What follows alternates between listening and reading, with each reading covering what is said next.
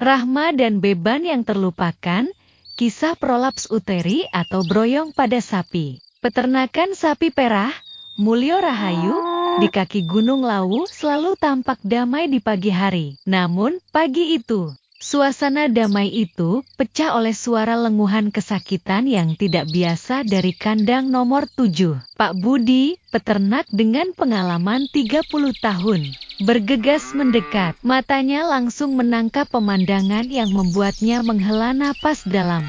Seekor sapi perah bernama Rahma, baru saja melahirkan 2 hari lalu, terlihat kesakitan dengan seonggok massa merah muda menggantung dari vulvanya, sebesar bola sepak. Itu adalah prolaps uteri, atau yang biasa disebut para peternak senior sebagai broyong. Rahma, sapi berusia 5 tahun dengan produksi susu yang bagus, tampak lemah. Kakinya gemetar menahan beban dan rasa sakit. Pak Budi segera memanggil anaknya, Bayu, yang baru lulus dari sekolah kedokteran hewan.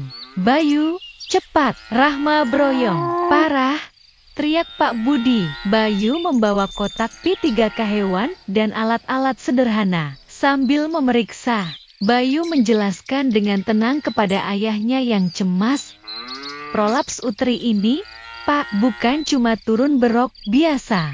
Ini kondisi di mana seluruh rahim Rahma keluar dan terbalik, keluar melalui jalan lahir. Lihat, permukaannya seperti karpet, karena kelenjar endometrium, dan ada bintik-bintik merah, caruncos, bekas plasenta lepas. Pak Budi mengangguk, mengingat-ingat dulu sapi nenek juga pernah kena. Kata orang tua, karena kandungannya lemah, melahirkan anak kembar, atau ketubannya kering.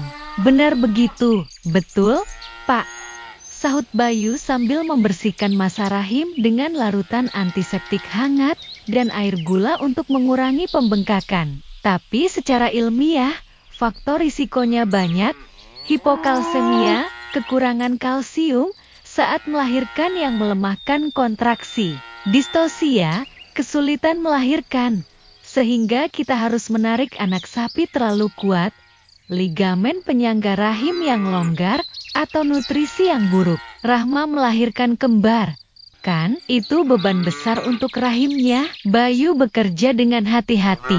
Proses mengembalikan rahim yang sudah membengkak dan kotor ke dalam rongga tubuh bukanlah tugas mudah.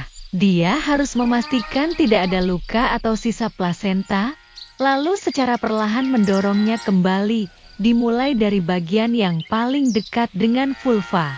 Harus hati-hati, Pak, kalau sampai pecah atau infeksi berat, Rahma bisa syok, sepsis, dan tidak tertolong. Komplikasi lain bisa perdarahan hebat, nekrosis, jaringan mati, atau menarik bagian usus ikut keluar. Setelah berjuang hampir 1 jam, akhirnya rahim Rahma berhasil direposisi. Bayu lalu memberikan antibiotik panjang, obat antiinflamasi, dan suplemen kalsium melalui injeksi. Dia juga memasang tali Buhner atau jahitan vulva sederhana untuk sementara waktu, agar rahim tidak keluar kembali.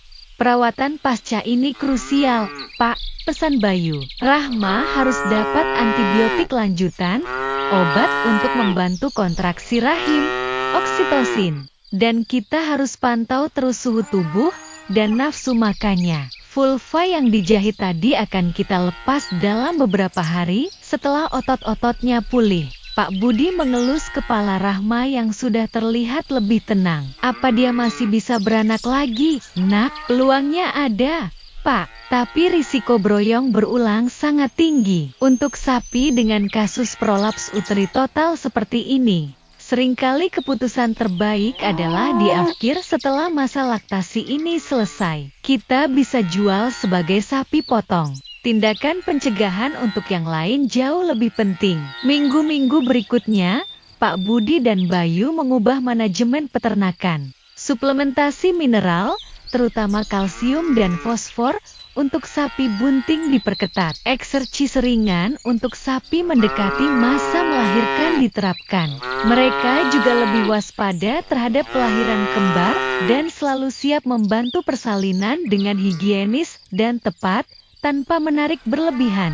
Rahma pun perlahan pulih. Produksi susunya menurun drastis, tapi dia selamat. Kisah Rahma menjadi pelajaran berharga di peternakan Mulyo Rahayu. Broyong bukan sekadar mitos atau aib, melainkan kondisi darurat medis yang memerlukan tindakan cepat, pengetahuan, dan pencegahan melalui manajemen yang baik. Pak Budi tersadar, merawat sapi perah adalah tentang menjaga keseimbangan, memberi mereka yang terbaik, agar mereka juga memberikan yang terbaik, tanpa harus menanggung beban yang terlupakan di dalam tubuh mereka sendiri.